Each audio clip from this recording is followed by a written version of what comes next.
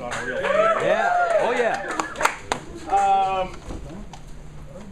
Couldn't get anyone from the mayor's office down here today, but I've heard the speech enough times that I pretty much know it by heart.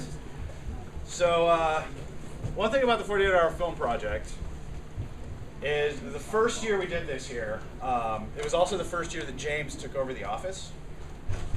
And so I said, several hundred filmmakers are going to be flooding the streets of Seattle shooting, and I think he almost had a heart attack. New to the job, first year we're doing it. So he actually pulled me into a meeting with the police, the fire department, Parks and Recreation, and all these people, and they just grilled me about this. So I swore that everyone was going to be on their best behavior. And so far so good. Not a single complaint in 5 years about anyone competing in this. So this is why this is a very important speech. They don't require permits for us, and you know, basically, if you go to their website, they will actually all be available via email, and I will actually tonight email out Chris Swenson's phone number. He will be available if you have any questions regarding parks or public locations. But the big one of the questions I've been getting all week is things like, well, I hear we can shoot anywhere in Seattle. Can I just go into a library? No. They don't require us to get permits, but we're kind of low priority in terms of, you know, public spaces. So if you go to a park and someone has a permit for a barbecue, you know, family gathering at the park, you can't use that space. They have the permit, they have the rights to be there. If no one's there, go right ahead. Just don't pull out any fake guns or anything like that, because I've had students in a teen program get, you know, seriously hassled by the cops.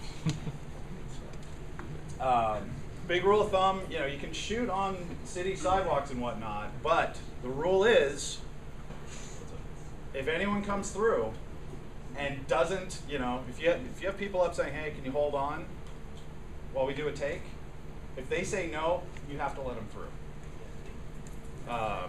Most people are pretty cool about it, and then you get those jackasses that just, you know, want to walk in front of the camera and just have to deal with it. With a permit, you can tell them to shove off. And another rule of thumb is, you know, a wheelchair needs to be able to get through at any time. That's a good rule of thumb. And when you're shooting, you know, in a public location, treat it as if it's your own house. Treat it as if it's your grandmother's house. That's, you know, really the important thing. Because, you know, Seattle is a, you know, relatively small film community. We all need to watch out for each other. You know, if one of you guys burns a location, you didn't just burn it for yourself. You burned it for every filmmaker in Seattle. So, you know, we don't want to do that.